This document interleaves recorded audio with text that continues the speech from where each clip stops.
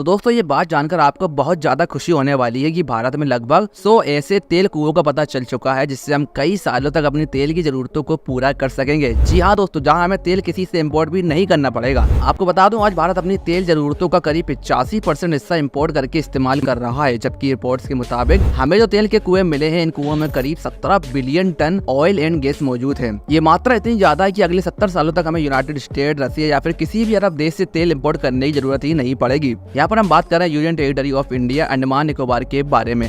वैसे तो ये बात हमें कई सालों से पता है कि अंडमान निकोबार में काफी बड़ी मात्रा में ऑयल रिजर्व मौजूद है, लेकिन अभी तक उन ऑयल को निकालने का काम नहीं किया गया क्योंकि जिस पर्टिकुलर एरिया में ऑयल रिजर्व मौजूद है वो अभी तक नो गो जोन के अंदर था। लेकिन हमारी सेंट्रल गवर्नमेंट ने इस प्रोजेक्ट पर सबसे ज्यादा ध्यान दिया है, जहाँ पर इस प्रोसेस को आगे बढ़ाने के लिए director general of hydrocarbons, space department, DGH और मिनिस्ट्री ऑफ डिफेंस को एक साथ लाया गया और एक साथ सबसे मंजूरी ली गई कि यहाँ पर सर्वे स्टार्ट किया जाए। आपको बता दूं पिछले साल नवंबर 2022 में इस पर्टिकुलर एरिया में सर्वे शुरू हुआ था और अब भारत की एक्सक्लूसिव इकोनॉमिक जोन का सर्वे लगभग खत्म हो चुका है। इस सर्वे के खत्म होते ही यहाँ पर एक एक्सटेंडेड कॉन्टिनेंटल शेल्फ का काम शुरू हो जाएगा। यहाँ पर एक्सक्लूसिव इकोनॉमिक जोन के अंदर जो ड्रिलिंग प्रोसेस है उसको 200 नॉटिकल माइल तक ले जाया जाता है। वहीं एक्सटेंडेड नॉटिकल शेल्फ में 350 नॉटिकल माइल तक आसानी से सर्वे किया जा सकता है। क्योंकि ये एक इंटरनेशनल स्टैंडर्ड है, अब आपके मन में एक सवाल भी जरूर आ रहा होगा कि आखिर सर्वे द्वारा कैसे पता चला कि यहाँ पर करीब 17 billion ton oil and gas मौजूद है। तो आपको बता दो शुरुआत में यहाँ पर एक सर्वे किया गया था जिससे कुछ दिनों बाद ही ये जानकारी मिली थी कि इस एरिया में करीब 7.5 billion ton oil and gas मौजूद है। लेकिन जब इस एरिया का एक्सक्लूसिव इकोनॉमिक जोन सर्वे किया गया तो पता चला कि यहाँ पर करीब 17 billion ton oil and gas मौजूद है।